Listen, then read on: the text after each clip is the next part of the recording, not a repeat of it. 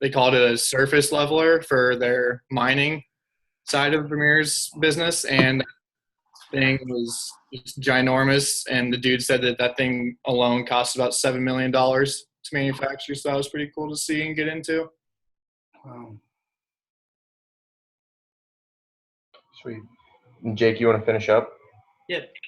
So I'm with Cummins. I'm based out of Omaha, but I mean, that's only a portion of the summer. I think I'm there 7 out of the 12 weeks. So I'll be traveling a lot. This past week, I was in Kansas City. This week, I'm in Sioux Falls and Minneapolis. And then next week, St. Louis, and then back to Minneapolis, and then eventually Chicago. So I'll be on the road a lot this summer. Mostly the point of it is shadowing their sales team. So just the exposure to it, the different areas and the different people that they do business with, and kind of the style that they do business. And so having fun, being on the road a lot, it's a lot different. Getting used to eating out a lot. But otherwise, mainly just been shadowing inside salespeople. And then this week I'm with a senior outside salesman.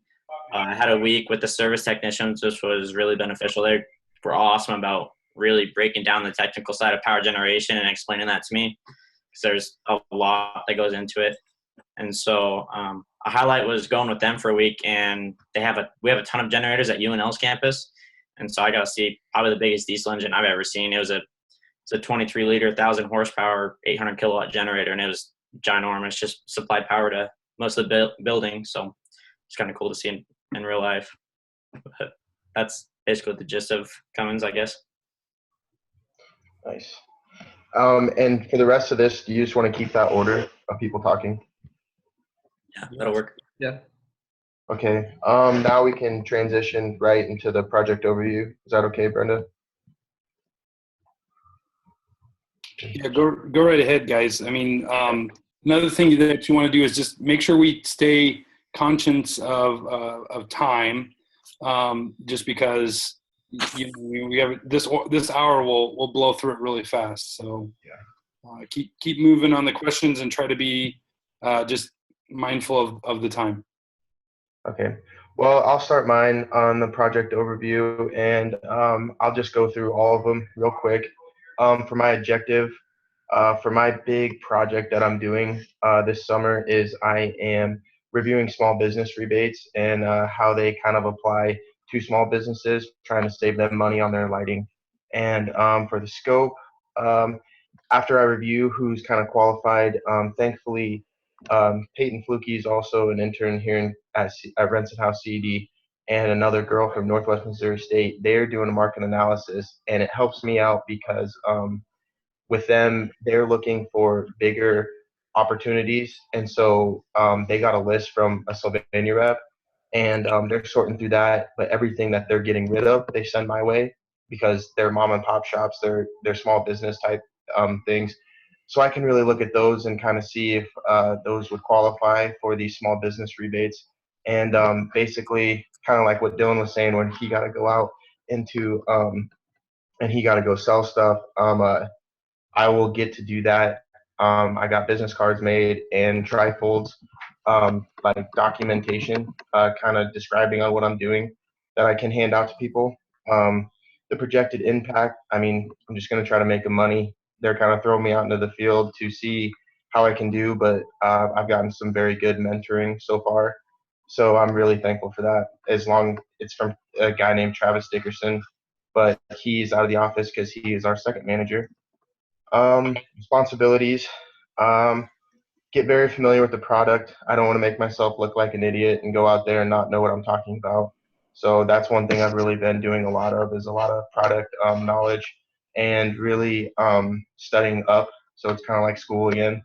I'm studying all these different lighting fixtures and trying to know everything I can know, just so I can go out and be confident in what I'm selling. And for the progress, since Brian's gone, and it hasn't really been the most structured. We've kind of had to do a lot of it on our own. We started out in the warehouse, and then after that, he's been gone. So it's kind of been up to us to do what we need to do. And basically, we've been working on our projects like really, really hard. But it's not a bad thing, because I need all this time to actually really study up. on all this product knowledge. But other than that, it's just kind of been doing our own thing. I've asked to go shadow some counter sales guys just so I can get away from the computer screen for a day. So that kind of stinks. But with him being gone and the other manager being gone, it's really been up to us to kind of try to find things to do. And I think we've done a decent job of it so far. But I think that our second manager is getting back tomorrow, so it'll hopefully get a little more structured after that. But other than that, that's basically my whole project, my big project that I'm doing. So I'm pretty happy with it. I feel like I got pretty lucky being able to go out into the field and actually sell stuff. But other than that, that's all I got for that. All right, I'll go next. My project's kind of unique.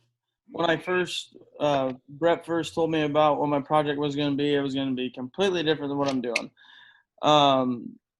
Recently, they've started doing a lot with a company called Magnation, and they've been selling a lot of magnets that are water softeners for homes. And once I decided that I was going to do my internship with Win Nelson, Brett immediately changed his mind. He's like, well, you worked on pivots before, so we got a new project for you. They got these new Magnation water softeners for pivot irrigation, and I've just kind of done it on my own. I've asked Brett, a few things about pricing and how to get in touch with people, but right now what I've been doing is what we're going to do is we're going to try and emerge into the market, be the first ones out there, and kind of get the goods while they're available and it's new, no competition. So Brett pretty much just told me, he said, we'll make up a potential customer list and then we'll go from there. So that's kind of what I've been doing. And I've known all the guys that I'm targeting for 2 years now, but I've never had their phone numbers or their addresses. And so I've had to get on Google and stalk them basically and find their information. And it's so hard because these aren't, 22 to 30-year-old people. Most of these guys are 50 and they're in the dark ages still. They don't have everything on the internet. And it's been a time eater this week. When I'm at the counter and it's slow, I'll just pull up my spreadsheet and work on it. And I still don't have it done. There's some guys out there that I cannot find. Might have to go to the government to find them. But as far as the scope of it is, like I said, to basically just emerge into the market, and the projected impact is to hopefully increase our gross margin dollars and increase our bottom line. That's a high margin product. Right now the list is at $6,300 roughly, and we're going to margin about 23% or so. So it's going to be a good, it's going to be a good moneymaker, but it's got to catch on. It's so new that I'm going to have to do my homework on how to sell it. And I've talked to the Magnation rep on the phone, and he does a lot with the agriculture side. And he kind of walked me through, his strategy with farmers, what guys that target, because there's certain types of people that you do, and there's certain types of people that you don't that are just going to waste your time. I pretty much have all the responsibility on this project. The only thing I have to follow is the budget and time. I'll go out on the road here, hopefully in the next couple of weeks, and kind of do what Dylan did and just go see all those guys that I did pivot work with and talk to them and try and, see what they think about it and hopefully convince them to buy some units. That's pretty much where I'm at with my project. I don't know who's next, but you're up. It's Alex. I believe that's me. For my project, I am doing a territory and customer segmentation. Basically, my supervisor wants me to increase some of the what we have for customer knowledge right now. Go out and look around neighboring types of businesses. Segment them up into lumber yards use a certain type of forklift, and then there's freezers. You need special packages on those. Warehousing and distribution needs different, and he wants me to put them up in a bunch of different categories, but he wants me to increase the information data first. I'd go through national accounts and some of the accounts we have as of right now. Just kind of go with it, make a spreadsheet. I've been working on it here for about 2 weeks now. I'm in close contact with the marketing director out of Omaha at the Rikers branch.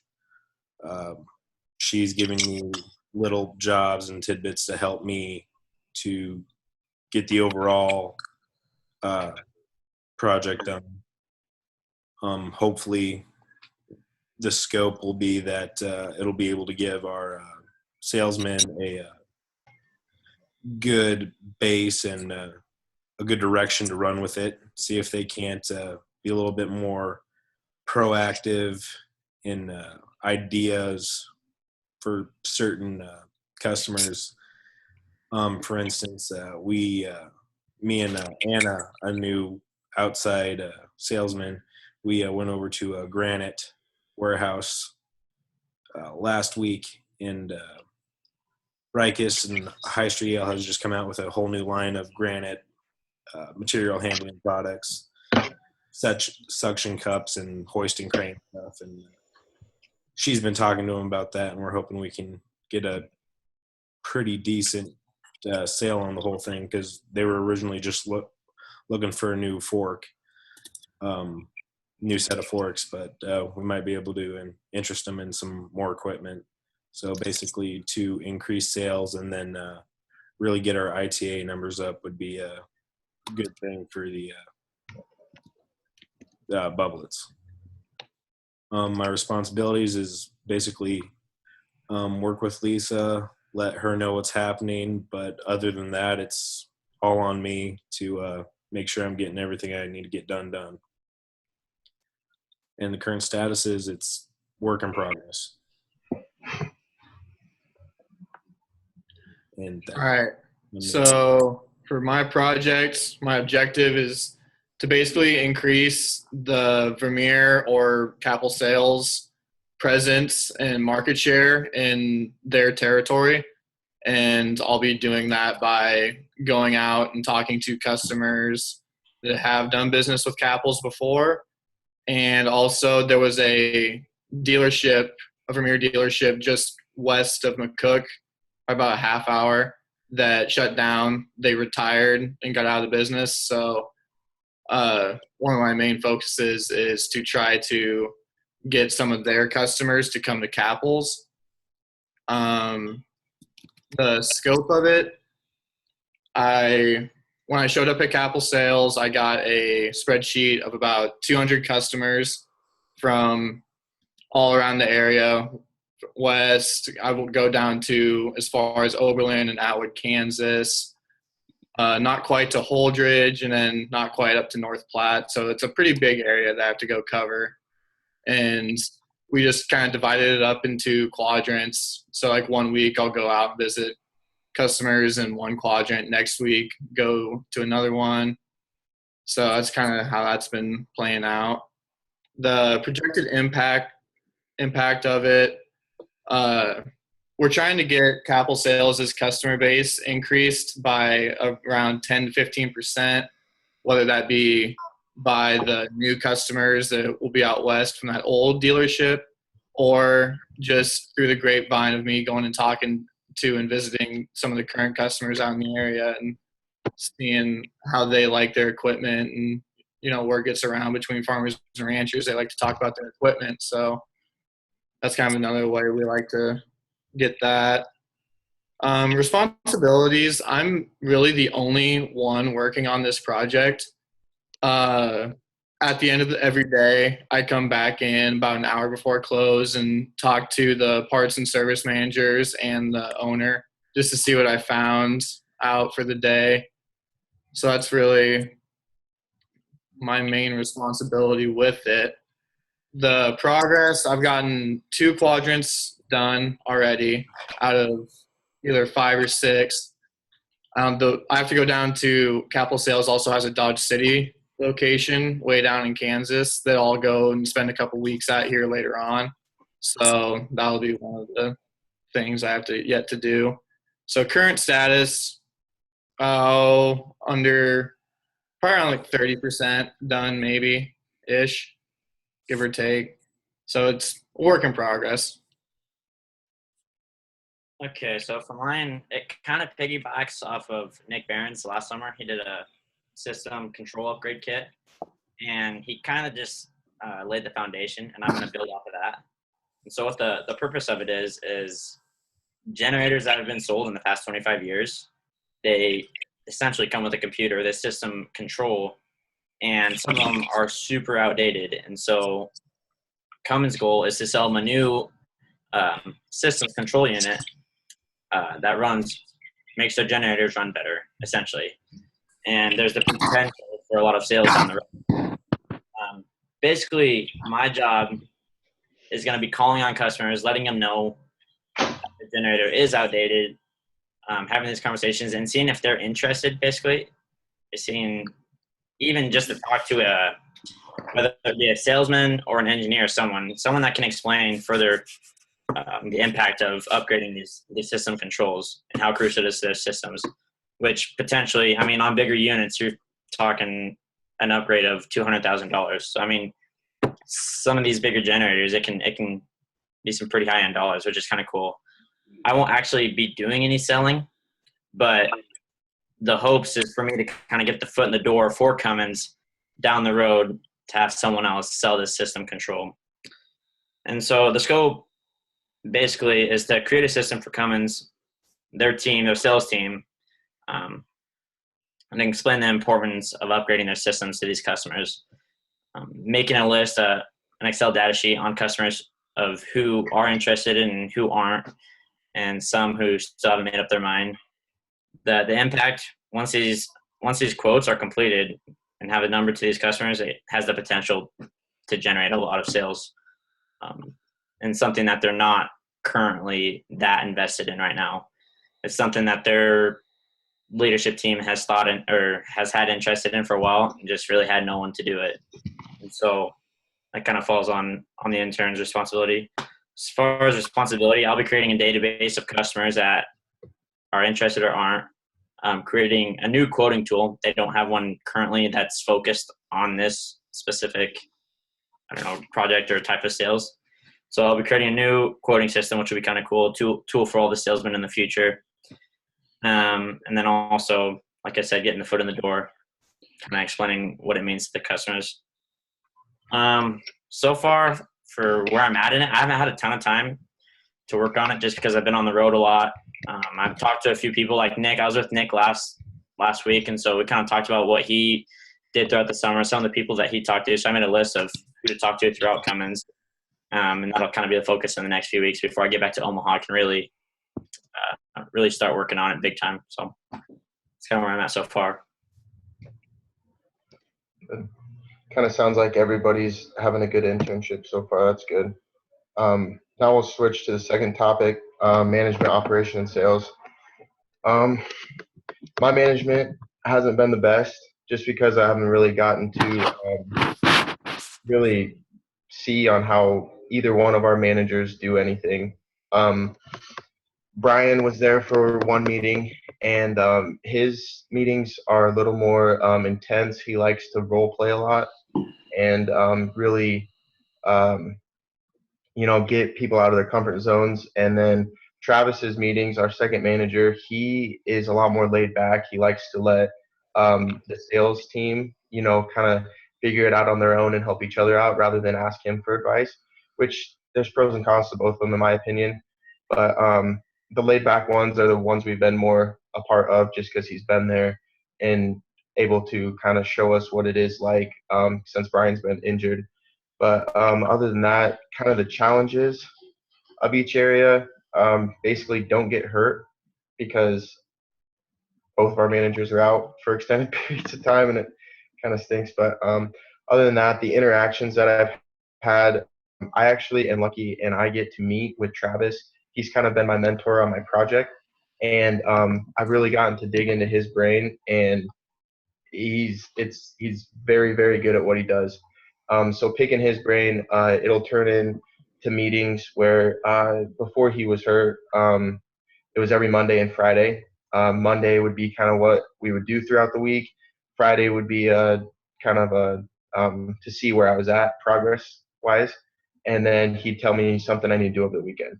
But these meetings, what I really enjoyed about them is they'd be, I don't know, 15-minute long meetings, but then we'll sit in there for another 2 hours and we'll just be talking and talking about different ways to do stuff. And he said one of the things, for example, he gave me a task to do throughout the week, just to get me out of my comfort zone, which really surprised me. He said, no matter where you go, ask for the manager and have a good confrontation with the manager and a bad confrontation, because being out in the sales world, you're going to get both of them all the time. And that one was tough because I didn't want to ask for a manager and complain about something because that just isn't me. But it definitely did bring me out of my comfort zone. The example I had, one of my tires had a hole in it, and they said they couldn't patch it. And instead of asking them why, I was just like, hey, let me talk to the manager. And I talked to the manager and questioned him and sounded a little disgruntled, even though I knew there wasn't anything they could do about it. So I was just kind of acting a little bit, but I just kind of wanted to see on the way he reacted and the way I would. And that was something that actually was very, very helpful. And basically, he just tries to get people out of their comfort zones all the time, which I don't know, it's a very good strategy, I think, just because you never know what you're going to face. And for career path, I still want to be an outside sales person, even though I haven't had a ton of experience with it yet, or even mentoring with it yet. It hasn't really guided me away from doing it at all. But that's about everything that I have to do with it so far. So just kind of getting out of your comfort zones, and the main thing that challenge that I've seen. For operations side, I haven't done anything with operations because everyone's been gone. I can ask one of the operations managers. His name's Ron Lindsay, but he is about the busiest guy in Rensenhouse, so it's really hard to get a hold of him because he is, if he's in his office, he's on the phone, and if he's not in his office, he's flying 100 miles an hour somewhere. So it's kind of tough, but definitely try to schedule something with him just to talk to him a little bit about that. And sales, I actually have been able to go out on a walkthrough with one of our outside sales reps. The second week I was down here, we got to go to a small business and do a walkthrough of what lighting would be best for them. And challenges of that area would know when to use the rebates and how to use them and stuff like that. And then knowing how to answer questions that the customer has, because some of the customer's questions can be very, very challenging. But other than that, it's just kind of been challenging, but it's been fun so far. So that's about everything that I got for management, operations, sales. But since they've been gone so much, but there's nothing you can do about that. So you want to go, Brady? Yeah, I'll go. For me, it's kind of all blended together. Management, operations, and sales, they go hand in hand.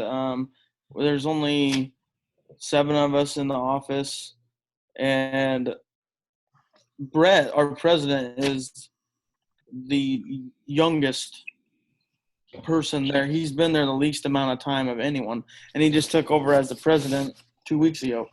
So as far as management goes, the highlight is to just see a guy like Brett that I know, and to just see how fast he's learned a lot of things and how fast he's caught on to that president role. He's very quick with pricing, and he's very quick with, if a customer calls and we don't have it, he can online shop faster than anybody I've seen, but I've never really seen anybody shop before. So it might seem fast to me and slow to somebody who's been in it for 20 years. One of the challenges that I've seen with management has definitely been that, I think Mike, one of the outside salesmen, he's been there for 17 years. Marcus, the other outside salesman, been there for about 10. Mary is like kind of a secretary, and she does all the mowing stuff with all the mowing faucets. She orders all that. And then Logan, who's our kind of like our counter guy, he's been there for 5 years, and then Brett's been there for 3, and then Kelly Mack is the warehouse manager, and he's been there for 4. So they've all got a pretty good, they've got a pretty good idea of what's going on. And so for me right away, it was like my brain was going 900 miles an hour. But it's kind of a different situation as far as if you look at management, because, Brett's so new at it. He just has a hard time of putting his foot down sometimes. And in a small office, there has been a lot of drama. A couple of people in the office do not get along at all. And there's been some days where I've had to listen to some conversations that I really have wanted to just walk away from. But, as an intern, I just kind of shake my head and agree with everyone. It's frustrating at times to be in such a tight-knit group. It's kind of like a little family that has their fair share of fights. As far as sales goes, I would say probably one of the biggest things I've learned and one of the best highlights is just see how they price and see how they treat different customers, because they're different. If a person comes in at the counter and they're not a plumber, if Mr. Broccoli, if you walked into the store and you wanted to buy a hydrant, I'm going to jack the price up on you. I don't care. I might even go up to the list price because you're a one-time guy and we're going to try and make a lot of money off of you. You got a lot of walk-in. Yeah, and it gets confusing because sometimes you'll have we call them BBB customers, and they're like the route guys. They're our high-end customers, and they'll come in and our computers are set differently. So our counter computer is set at a different price than the outside salesman. And usually on like cheaper things, we'll just leave it. We'll leave the counter. It's not a big enough difference to really save them a lot of money, or vice versa. But like the first day I was at the counter, a guy from Stegman Plumbing came, and he bought like a $500 sump pump. And after I made the sale, Brett came up to me and he goes, "Okay, I need to explain this to you.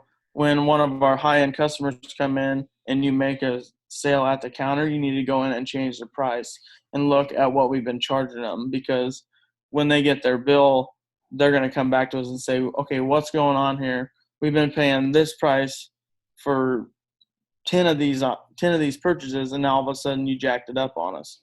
So you really have to watch what you're doing even at the counter, and the sales part of it just fluctuates so much depending on who's coming in and how much volume they do with us. And that's kind of been the highlight and the challenge at the same time. As far as a career path that I see myself following, I still don't really know. Some days I walk out of there thinking, man, management sounds awesome. Some days I walk out thinking outside sales is pretty cool. It just depends on how my day went, if I had a good experience with one thing or a bad experience with the next. So that's probably about it for me. I know we're strapped for time. So All right. whoever's next. I guess I'm up. As far as management goes, I've noticed that management at a forklift dealership is extremely busy. Probably our top two guys are our COO and our CEO. And that's Jeff Bublitz. His name's actually on the building. And then Pete Womack, and he's our CEO, and he's in charge of the sales team. I know that he struggles with controlling some of the outside salesmen, and understandable. They're a different breed of character. They all have big personalities, and they think they know what's what, since they've all been doing it so long. Since the average age at Bublitz is of the older generation, they might even make Mr. Broccoli look young. I'm not kidding. That's good to know. You're I'll welcome. go hang out at Bublitz. Yep, you're coming down here, so yeah. Yeah, we'll be in Kansas City. Yep. It's I've been trying to talk to Pete as much as I can to get an idea of what his whole job entails. It seems really stressful. Some days I feel like I might want to try for that. Other days I feel like I'd be pretty content being a salesperson. it's kind of hard to deal with him this week since he got so revved up that he had to take a vacation. So he's gone all next week and that Monday too. So that midterm evaluation is going to be kind of hard to get to you on time. But when it comes to sales, I'm actually my desk is stationed in the sales office. It's separate from the front office and the techs. There's about somebody has recently quit since I've been there, and I actually got the desk of a fired guy. So the sales team is a little bit lower than usual. And then we have our CSR group, our service and parts salespeople in the room right next to us. After talking with all of them and just trying to get as much knowledge as I can about the industry, I would probably say I'm most interested in sales at this point, at this juncture. And that's what I would like to be doing after graduation. On the operations side, that's where I've actually been spending my last few weeks with service and front office people. They seem to be the busiest. Besides management, they seem to be a little bit busier than sales when it comes to just sheer amounts of paperwork. Today, I spent time with our accounting department, and I spent 7 hours looking for 15 sheets of paper for an audit that we have tomorrow. So that was extremely terrible. I hated every second of it. Major challenges are, I would say in management, is just time management. Operations is dealing with just unexpected occurrences. Our system has been down, I would say 60% of the time I've been here. Our IT guys in a lot of hot water. He probably won't be with the company that much longer, in all honesty. And sales is numbers. It's a huge numbers game. Being a forklift dealer, we have a contract with High Street Yale, and we have certain requirements that we have to meet in order to fulfill that contract. ITA is a big thing about that, and our salesmen, not all of them like that they have to be regulated by that, but those numbers have to be up in order for us to keep our contract.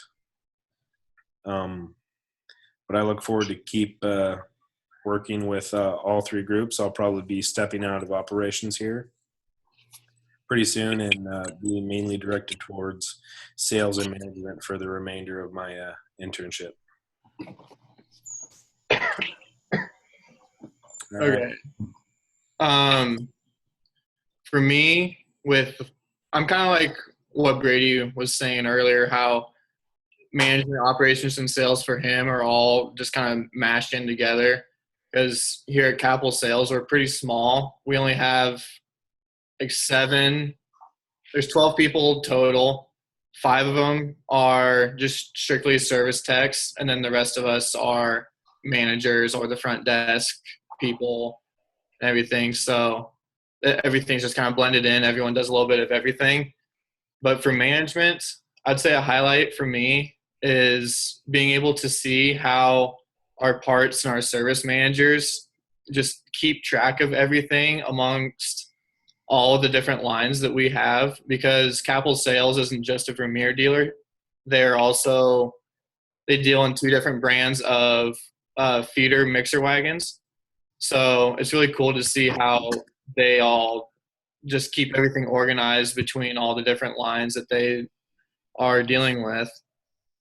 A major challenge, I would say, is that they're always just busy doing something constantly, and the phone's ringing and they're always answering the phone with customer issues, having to solve those for them, as well as just trying to get their normal day-to-day operations done. The operations, a highlight for me, I guess, would be I've gotten to do a little bit of work with the service techs, mainly just because of my background with hay equipment. I've been around it most of my life and know kind of what's going on. So I've been able to help out in the shop a little bit here and there. And the challenge in that side of it would be just the unexpected. Like, for example, this morning, me and the service manager were hauling a rake about a mile or about an hour away from our dealership, and we got halfway there and one of the back tires blew on the rake, and the rim on it is shot. It's no longer like, we tore it up, honestly. It was a pretty serious thing, and we had to sit there all morning and try to get it fixed along the side of the road. So I'd say that's one of the big challenges is for the operations, is just planning for the unexpected and having to deal with issues like that. And then sales, I would say for that, everyone's kind of tied in with sales. I'm really the only true salesperson that Capel Sales has, where I'm the only one that goes out and visits customers and talks to them. Other than that, they either have to come into the store or call if they want to get a hold of someone. So that's been kind of a highlight for me, is just that's kind of my specialty. That's what I get to do for the company.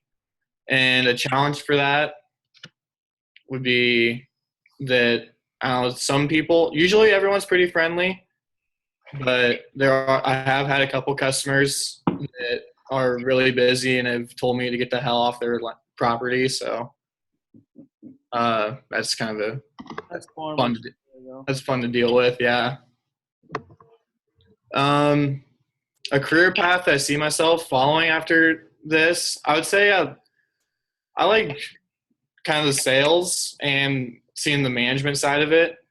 I've really gotten a good look at both of those pretty well, and will continue to get a good overview of sales and management. And I think that's kind of the way that I'm kind of looking at for later on. Cool. Okay, so to start for highlight for management with Cummins, from what I've noticed so far is that the managers, this would be like Rick Gomel and then Jeff Wall. I don't know if you guys probably know Rick, but they really focus. He really focuses on the sales team. He doesn't really deal with anyone else. Like, everyone else has their own boss throughout Cummins. And this is all kind of since the switch over to Cummins corporate. But from what I've noticed, he's just awesome about taking care of his sales team. And so he obviously he deals with Omaha, and then he's in charge of the Chicago branch also, all their sales, and then everyone kind of in the middle. And then Jeff Wall is down in Kansas City and to St. Louis in that area, and then it kind of just goes by region. And they're each, Jeff Wall and Rick, they both have been awesome. They've taken everyone out to eat for lunch, or just kind of just checking in on people and making sure they're doing all right, seeing what projects they have, which ones are more important than others, and if they can help with anything at all.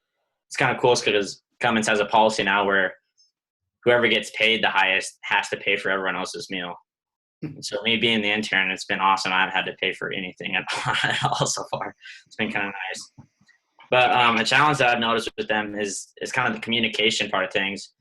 Being with Nick last week in Kansas City, Jeff is stationed, or he lives in St. Louis. And so when he's not in Kansas City, the people in Kansas, or not, yeah, the salespeople in Kansas City kind of have free reign to do whatever they want. I mean, they don't have someone, or their main boss, the person that they go to, looking over their shoulder, making sure they're staying on task.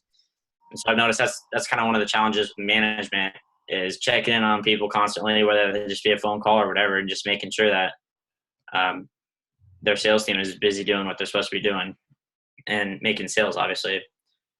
As far as operations goes, a highlight that I've noticed and that I've gotten to experience so far is going through some bid specs.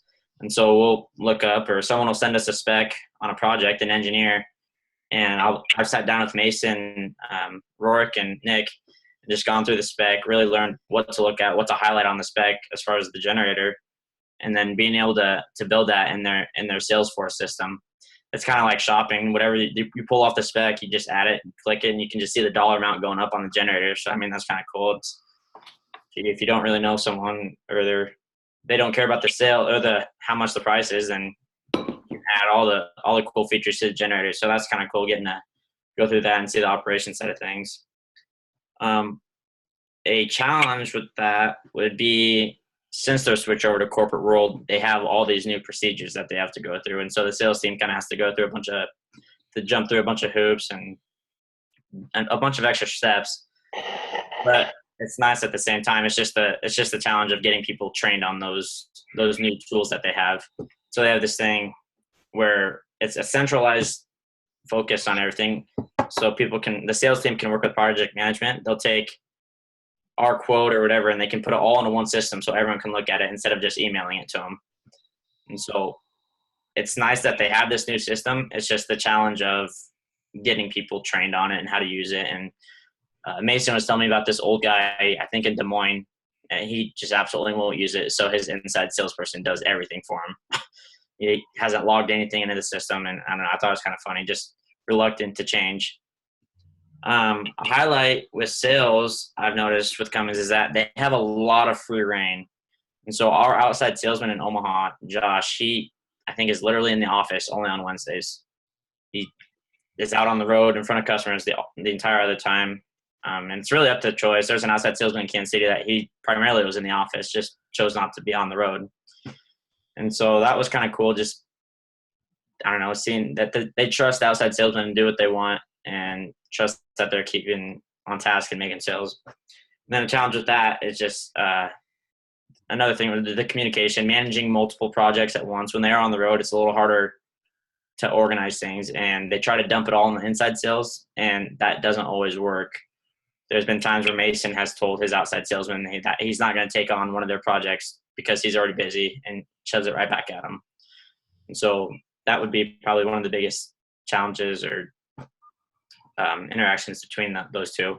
And then another interaction is project management. And so I have a weird model of when they get the quote, the sales team they pass it on to project management, and they're in charge of ordering the generator and everything. They take off after that because they want the salespeople to focus purely on sales, which is kind of interesting. So as far as career paths, I kind of thought I used to want to go into management, but I don't know, that's just seems like a path that I wouldn't want to do if I went with Cummins. I think I would want to be in inside sales for a few years, 1 or 2 years maybe, get my feet wet, and then take on my own territory as an outside salesman, I think, for the majority of my career. So. Nice. And to kind of add on Jake's, that's one thing that Renson House CD does really good is they don't even have office desks for their outside salespeople. They have about 5 or 6 desks that they just shoved in a corner, and if the outside salespeople are in there, those are the desks they use. So they don't have. I mean, they're always on the road. They're always doing stuff. Very, very rare do we see them. Basically, the only time we do see them is every Monday when we have a meeting at 8 o'clock in the morning, and then they're back out on the road again. Don't see them for the rest of the week. So it's kind of nice to have that free reign or whatever. But to move on. Can I chime in here real quick? Yeah. Just because for the sake of time, guys, why don't you kind of do a lightning round, I guess, where just take like 2 or 3 minutes is all, and just answer this one question right here so that we can get to the last one. I would like to get to the last one too. So let's just kind of do a little bit of a speed round here because we only got about 15 minutes left. So on the organization stuff. Yeah. Because organization is very important. But just maybe, it says describe organization skills observed. Just pick one, you know what I mean, that was the most impactful to you, and then we'll keep moving. Okay? Actually, I only had one to choose from anyway. As much as Brenda hammers home Outlook calendar, I've seen some of these outside salespeople's calendars and inside sales, and it is packed. So everything that they do goes straight into their Outlook calendar, so they are very organized. I've never heard of anyone yet to say, oh my God, I forgot to do this. They have all their sales calls, all their joint calls, all their meetings, everything. So they are very organized here at Renson House, and they meet their deadlines, it seems like. But like I was saying earlier, they're free reign to do stuff. They just get asked every week, how many sales calls you make this week? Oh, I made 3. How many joint calls? I made another one, and just kind of stuff like that. But they're very organized here at CED. So for me, it's probably been the organization of paper. Um, like I think every company is that way. They have a way that they file, and it's so organized. And it took me a little bit to learn it, but once you learn it, if you know, and everybody's the same way. If it gets screwed up a little bit, it's like, holy cow, the world's gonna end. We don't know what happened. You know, the organization of the paper trail is just like down to a science, and that's been the most impressive organizational thing for me so far. So, I mean, I'm willing to go fast, so let's keep it rolling, Alex. All right, I'll take it. Probably the biggest thing for me is the meeting of deadlines. If you don't meet your deadlines, it tends to make a lot of people angry. As far as like when it comes to forklifts, there's a certain lead time and it's incredibly long. So you have to be on the ball to be a salesman because you got to make sure everything's worked out. So when you put that order in it, they can hurry it up because your customer is going to want that as soon as possible. For me, it's been Capitals has their own private server that they have a database on that they will literally put in everything on. Every single customer that's ever done business with them, every piece of inventory that they ever have and will have, and what has ever been sold. Every little thing goes into that database. So, I mean, it saves up a ton of paper, even though there is a ton of paper that still gets used a lot. But just the way that they have that database organized and are able to find stuff so quickly and easily through that has been kind of one major takeaway that I've gotten out of that for organization for them. Yeah, I'd agree with that too. Oh yeah, organizational skills for me would be just customer relationships, and how the salespeople take care of their customers, and that kind of goes with management also. So an example would be next week in Omaha, Mason and I'll get to take out 2 customers for the Cold Field Series.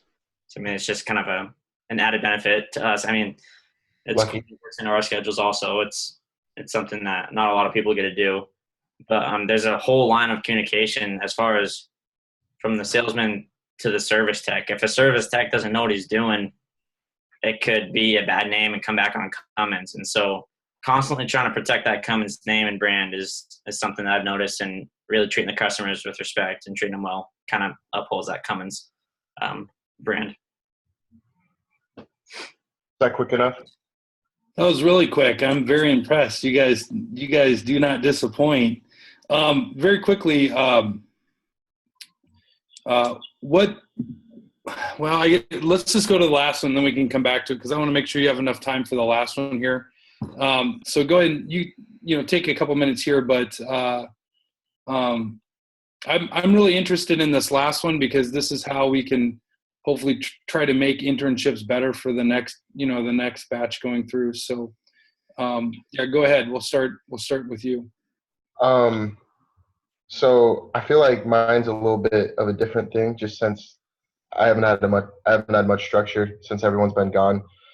But for me, I would really like to incorporate a little more being with inside salespeople and being with outside salespeople. Since I've worked in the warehouse, I've actually went into the warehouse just on my own time, just because I want something to do rather than stare at the computer screen. So and counter sales, I haven't done a ton with, but I have made a quote and talked to a couple customers, but I really haven't gotten anything yet with inside and outside sales. So I'd really like to really dig deeper into that for the last part of the internship, which I'm very confident that I will, and I'm sure Peyton will too. It's just kind of been hectic right now without anyone really set in charge, but it'll get better. So that's basically all I want to do for the rest of the internship. Yeah, I would say that mine's pretty similar. The thing that's just blowing my mind is this pricing, and watching people do it. And I think everybody has a different strategy of how they do it. It's been interesting for me to see the outside salesmen and how different they are. They have completely different strategies, and they talk to people differently. They present product differently. They're motivated by different things.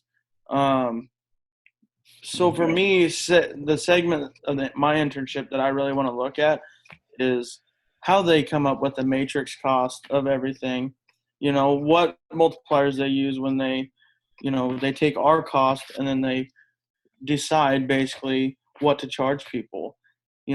I know we look at list price, but the outside salesmen really it's up to them to kind of decide, okay, is this smart for me to do? Is this going to make me money? Am I going to make commission off of it? And am I going to cover my my kind of my number here that I want to find? It's kind of that push pull thing that we talk about all the time, and it's so interesting to see and how just like being on top of what you're doing, it just really helps that. You can tell one salesman's really, really good about staying on top of his pricing, and the other one really doesn't care about his pricing, but they both still have jobs. And so it's interesting to me to see what they look at, and I really want to dig into that and understand pricing and, just really harness that part of it, because I think pricing goes wherever you go. Even if, if I want to go when I'm done somewhere other than Wynn, if I understand pricing, that's pretty universal. Once you understand how to do that, you're headed in the right direction. So that's kind of my goals as far as the rest of the way goes. And I know that we probably just touched on it briefly, Brady, but I even just had a conversation with my buddy today. Actually, he's a sales guy, and how you're paid is going to motivate how you do things like that. What your price is, especially if you have I asked him that very question. He's like, the price of whatever I want it to be. You know what I mean? And so with that much freedom, what's motivating him to, a lower price sells better, but yet is it going to incentivize him enough to get a higher price and protect the interests of the company? So anyways, that's very interesting, very insightful. I hope you just keep digging. You'll find it. There's a lot of balls in the air when you talk about that. So sorry, I just thought that was interesting. So. Thank you, Mr. Broccoli. You're very welcome. This is the first time I really chimed in. You guys are lucky. It's not like class, right? So Thank God. We're running out of time. So okay, Alex, go ahead. Floor is yours. I guess for me, it'd be the follow-up is something that I haven't had a chance to experience as much. I've gone out cold calling several days with the other newest member of the sales team, and I know she's in the learning process as well. Well, she's smaller than me. Okay, I didn't mean whale. All right, guys, keep it going. Let's go. But that would probably be the biggest thing, following up on the leads and then seeing what they would be interested in, describing to them and inferring what new products they might be interested in, I think would be a good continuation of my internship. Okay. For me, I guess I have two things that I have yet to really experience, and that's doing product demos for customers. I know there's some opportunity for that a little bit later on. I did have an opportunity last week to do it, but then my schedule got switched around and I wasn't able to go out on it. So there's that. And then also pricing. I learned how to do pricing when I was at Vermeer's headquarters the very first week of my internship and got it down pretty well. And I thought that I was going to be doing pricing quite a bit this summer, but then once I got to Capel Sales here in McCook, my supervisor here said, no, I really don't want you to do a whole lot of pricing. So that was kind of a downfall, but I might later on try to sway him into getting me to do some pricing. And so for me, mine's pretty Cummins specific. I feel like I have a pretty well-rounded experience, but something that I won't be able to see, I don't think, is like the sale process of one of our biggest units, like a 3,000 to a 3,500 kilowatt generator. And usually these systems, like if they're sold in bulk, so like data centers like Facebook or Microsoft, someone like that, usually the factory will take over that. So the salesman in that territory doesn't even have a say. They pretty much just tell them, step aside, like we have this. Like it's such a delicate process and such a delicate sale that they don't want one of their salesmen to risk blowing it. And so I think it'd be pretty interesting just seeing, I don't know, I mean, listening to some of the conversations between the engineers and the Cummins sales team or the factory people, and then, I don't know, just the sales, how it differs from just a regular generator that our normal salesmen sell. And so I think it would, I don't know, it's kind of one of those unheard of things, like, oh, they sold, I think they call it, it's like a honey badger or something like that.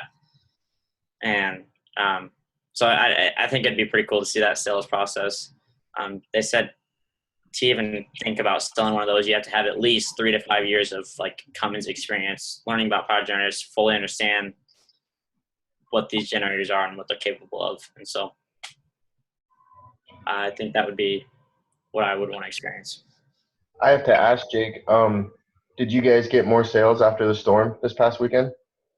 I'm not sure. I haven't talked to anyone. I don't know if it'd be sales. You'd have to ask to see how many people's generators were in use or what was going on. So because Peyton, he lives in that area, and he said at one point there was like 70,000 people out of power, and there was basically no more generators to be sold because everyone bought them. Dang. Yeah, no, I'd have to talk to the people back around Omaha. So Mason made it sound like they're pretty busy, so I don't know. I think that's everything that Brenda wanted us to cover anyway. I do want to say one thing, Mr. Broccoli, your facial hair is looking good. I was going to comment. You're trying to look like me a little bit, and I'm different. I will change that look right away then. You got to keep it when you come down to Kansas City. Well, we'll see. I will be down there the week of the 17th. I've been kind of waiting to see if Brian would get back, but I might just have you know what I mean. Anyway, back to kind of what you guys are talking about. This is very interesting for me. I appreciate you guys, you know what I mean, taking the time to do this. I know it's a requirement, but I think you guys, and maybe you guys already have gotten a taste of this, but listening throughout, I've heard each and every one of you talk about, you know, the real world and how it works. And it doesn't work exactly the way that you would think it's supposed to work, but that's the way it works. And I'm glad you guys are getting that experience, because sometimes that's kind of shocking to people. Now, I'm not going to say that, you know, many of you guys probably have already had those experiences, but, you know, that's the way it is out there, and it doesn't matter what industry you get into, I don't think. Also, I like how some of you guys were saying how you don't like to be bored, right? You like to keep busy, and you certainly will be busy, or you will be bored, depending on how much you want to go after it, if that makes sense. If you get into sales or management, you'll just be swamped all the time anyways. That's just the way management is. But anyways, and then also lastly, I just end with saying, you know, pay attention to the organization. You know, Joel, like you said, with the salespeople filling up their calendar, you know, I would be completely lost without my calendar. And I'm in education now, but it's very, very, very important to stay organized. So anytime you guys can start to do stuff like that, right now, you're going to really slide in to to your jobs after graduation a lot quicker and a lot easier. And it'll really make you successful, believe it or not. Cause you don't want to miss those deadlines. Cause if you do, it can cost you. Right now, it won't cost you, you know, maybe a bad grade, or I'd take points off or whatever, but in the real world, it'll cost you. So, anyways, I really appreciate it. I don't really have anything else unless anybody has an ending comment that they'd like to say. I'm good. Everybody's good. I kind of figured everybody would be good. I'm good. I want to get out of here. So I have a pool calling my name, so. Well, good for you. I've got some more homework calling my name. So Good seeing you. It's good seeing y'all. Yeah, it was Yep. Good seeing Well. Good seeing you, Mr. Broccoli. I see a little gray coming in on that beard, though. yeah, it's silver. It marks It marks knowledge. You get those when the smarter you get, the more of those you get. You just I'm gonna remember start that. calling you the silver fox. I don't see any silver on you, Brady. So I'm kind of wondering. where the Boom. knowledge- I'm that guy at 100 years old with a completely black beard. Yeah, there you go. All right, guys. You guys enjoy the rest of the time. You guys that are in Kansas City, I'll be getting a hold of you here this week sometime. So everybody else, have a great rest of the summer. I look forward to seeing your guys, how your projects. Really work hard on those projects, guys, because the better you do, the more you're going to get out of it. So I'll be really interested in seeing your guys' presentation in the fall. So, all right, be good. Remember, you guys can always contact me if you have any questions. So have a good guys. one. So. So yeah. So yeah.